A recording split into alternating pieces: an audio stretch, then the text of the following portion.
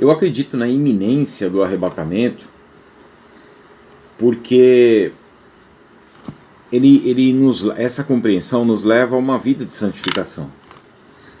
Até porque existe a profecia bíblica de que quando entrar no período de tribulação serão 7 anos.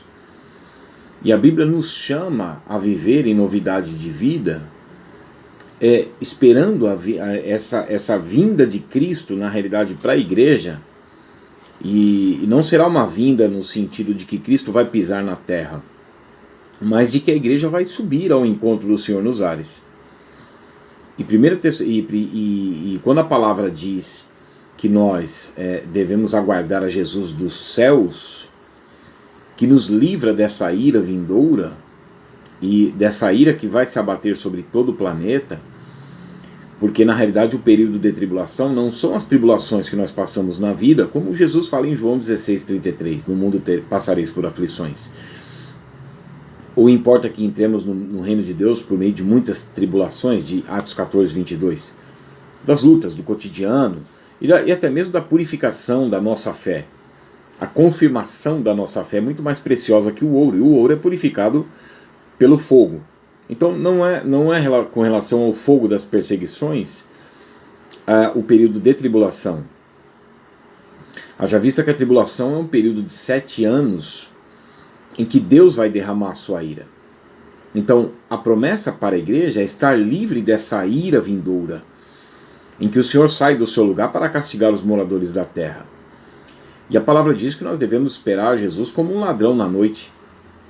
O ladrão não avisa a hora, mas a própria palavra, a própria escritura é como se fosse essa tranca para que nós não fôssemos pegos de surpresa. Haja vista que o apóstolo Paulo diz que nós andamos de dia, e em Romanos capítulo 13, versos 11 a 14, ele fala para nos revestirmos dessas armas da luz, nos revestirmos de Cristo. Com relação às escrituras, então nós estamos andando como em pleno dia, como a lâmpada que nós temos para os nossos pés e a luz para os nossos caminhos, que é a palavra de Deus. Então a iminência do arrebatamento, ela é falada nas escrituras. E nós devemos compreender o tempo e estarmos preparados para esse tempo. A partir do momento que entra-se no período de 7 anos de tribulação, nós sabemos que vai ser aquele tempo mesmo.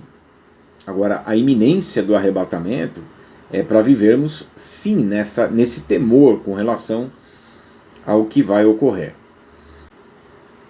Então, quando nós falamos do arrebatamento, nós estamos falando de algo que será num período antes da tribulação, até porque as profecias que não se cumpriram ainda com relação à nação de Israel vão se cumprir no período de tribulação. Eu vou dar um exemplo aqui. O que já ocorreu? O que já ocorreu foi a vinda, a restauração da nação judaica em 1948. Uma nação formada em um só dia, de Isaías 66:8, 14 de maio de 1948, ocorreu isso na história. Ezequiel 37, versos 1 a 13, mostra esse reagrupamento da nação de Israel, crescendo ano após ano, até mesmo antes de 1948 e 1917, e hoje é um número sobremodo grande de judeus já reagrupados fisicamente na área de Israel, até o cumprimento de Jeremias 30:19. Não serão jamais apoucados nem diminuídos, eles vão crescendo e vão crescendo. Esse é o remanescente de uma geração que iria florescer. Olha o que ocorreu no passado, há 2000 anos, quando eles negam a Cristo.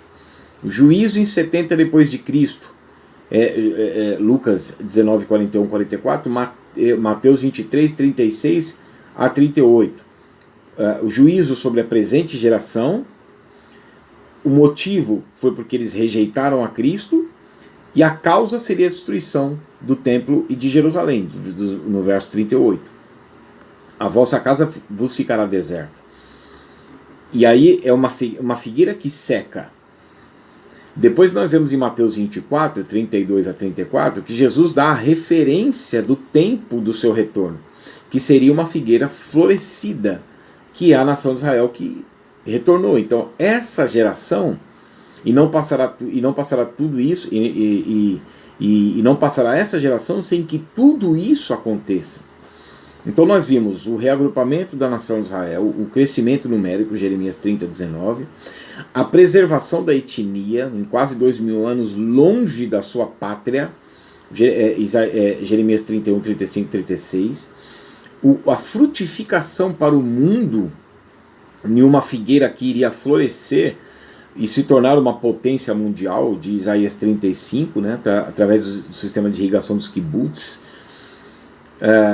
Então, quer dizer, o porto de Haifa, né, que Jacó profetiza, então nós vemos tudo isso que ocorreu, e nós vemos ainda algo que precisa ocorrer, que será o próprio Estado de Israel se reconhecer culpado. Porque se a gente olhar para o contexto de Mateus 23, Jesus fala: ai de vós, escribas e fariseus hipócritas, são 8 ais. Então eles levaram o povo à incredulidade. Eles precisam levar o povo novamente a reconhecer a Cristo como seu Messias. E não me vereis mais até que venhais a dizer: bendito que vem em nome do Senhor. Oséias 5,15, o Senhor diz assim: eu voltarei para o meu lugar até que se reconheçam culpados. 2 dias nos castigarás, e no 3º dia nos revigorarás e viveremos diante de ti. Aí a gente já vai para... Isso aí tem Oséias 5,15 e Oséias 6,2. Aí a gente já vai lá para Ezequiel 37, a gente vê no verso 5, porém em vós o Espírito vivereis, que foi a restauração física. No verso 14, porém em vós o meu Espírito e vivereis. Aí nós já vemos o cumprimento da 70ª semana de Daniel, que será para uma expiação da nação judaica, por cumprimento a Romanos 9:11. E a gente vai para Romanos 11, 26 a 28, e assim, depois da entrada dos gentios do arrebatamento, todo Israel será salvo. Como está escrito: de Sião virá o libertador. Esse de Sião é a pedra cortada sem auxílio de mãos, que é o desfecho da profecia de Daniel, das 70 semanas, que vem acabando aqui nos pés da estátua. Daniel 2, 33, 35, Daniel 2, 45, Daniel 9, 24, as 70 semanas endereçadas ao povo judeu, as quais a igreja não participou de nenhuma semana das 69 e não participará da última, que é o período de tribulação. E nós vemos esse cumprimento das 70 semanas nos seus objetivos e a quem foi endereçada em Romanos 11, 26 a 28. Que Deus vai expiar a iniquidade deles, do remanescente, da geração que iria florescer e, portanto, iria crer e presenciar o retorno de Cristo. E porque quanto ao evangelho, inimigos por causa da igreja, mas amigos por causa dos patriarcas com relação à eleição. Para haver essa restauração do povo judeu, é necessária a entrada dos gentios no arrebatamento. Romanos 11, 25. Atos 15, 14 e 15, evangelho sendo pregado aos gentios. E depois de cumpridas essas coisas, eu virei e voltarei e vou restaurar o tabernáculo caído de Davi, ou seja, a restauração espiritual do povo judeu, por cumprimento à profecia das 70 semanas. Então, nós cremos que o arrebatamento ele é antes do período de tribulação, porque o período de tribulação é para a nação judaica.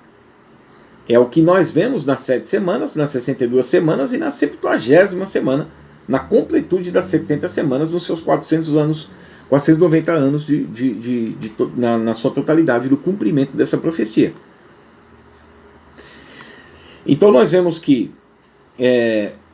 o período de tribulação será o ministério diabólico do anticristo, com suas hordas do exército, né, da geopolítica. Nenhuma geração na história teve essa geopolítica organizada para esse período, dos 10 dedos da estátua do sonho de Nabucodonosor, bem como do poder representado pelos chifres em Daniel e também em Apocalipse. E em Apocalipse 17 nós vemos uma concentração desse monopólio, desse poder político, religioso, através do falso profeta e da igreja meretriz, né, que é da onde está os 7 montes, a mulher montada numa besta. Então, para haver esse período é necessário que a igreja seja arrebatada, né, como está escrito aqui. Com efeito, Apocalipse capítulo 2, 2 Tessalonicenses capítulo 2, versos 7 e 8. Com efeito, o ministério da iniquidade já opera, e aguarda somente que seja afastado aquele que agora o detém. Então será de fato revelado o iníquo. Então nós cremos que quem detém a manifestação do anticristo é o Espírito Santo com a igreja. João 14,16, o Espírito Santo desce para estar com a igreja. Atos capítulo 2, versos 1 a 4, o Espírito Santo desce como outro consolador 10 dias após a ascensão de Cristo. E 50 ou 52 dias após a morte e ressurreição de Cristo, da Páscoa, no período do Pentecostes, o Espírito Santo desce para estar com a igreja. O Espírito Santo vai subir quando Cristo tirar a igreja para o período de tribulação. Então será de fato revelado o iníquo, o anticristo. Pode haver salvação no período de tribulação? Pode, porque na realidade não é que o Espírito Santo não agirá convencendo, assim como ele agiu convencendo antes da sua descida em Atos 2. Mas a intensidade em graça não será a mesma no período de tribulação, assim como não foi antes. Porque Tito capítulo 2, verso 11 mostra que a graça de Deus se manifesta salvadora com a descida do Espírito Santo, na facilidade que nós temos de crer. Por isso que a condenação no período, principalmente nos últimos dias, será maior. Porque as pessoas não creem, elas fecham o coração para crer no período da graça. Então imagina no período de tribulação, em que não haverá essa atuação do Espírito Santo como há hoje. Por isso que nós cremos que existem profecias que já se cumpriram, profecias que precisam se cumprir, e a igreja ainda está na terra. Então, a igreja será retirada no arrebatamento, para que esse período Deus possa tratar com a nação de Israel, por cumprimento aos patriarcas, julgar a humanidade, a pior de todas as eras, uma igreja morna, que nós vemos essa igreja retratada por Laodiceia como denominacional, passando pelo período de tribulação, ao passo que a igreja de Filadélfia, uma igreja espiritual, não. Porque é prometido para ela uma porta aberta que ninguém pode fechar, que será a porta do arrebatamento. Então, no próximo vídeo eu vou falar bastante sobre essa porta com relação à igreja de Filadélfia, que representa a igreja sendo arrebatada, porque é a última igreja mencionada antes da igreja indiferente, que é a igreja de Laodiceia, em que há uma porta. Depois nós vemos João falando dessa porta já no capítulo 4, logo depois das advertências às igrejas. Depois nós vemos no capítulo 6, depois da subida de João, imediata, ele vê o primeiro evento na terra, que é a ascensão do anticristo no seu governo diabólico, e as 7 trombetas, as 7 taças, ou seja, os 7 selos, os ais, os trovões, as vozes, né, e todo o desfecho da tribulação. Mas no próximo vídeo a gente fala dessa porta, mais detalhadamente sobre a porta, Isaías capítulo 26, que mostra o arrebatamento da igreja, que mostra a manifestação da tríade satânica, que mostra identificando o povo judeu e o reagrupamento do povo judeu, fazendo menção de Mateus capítulo 29, verso 31. A distinção entre Israel e igreja nesse período. Amém?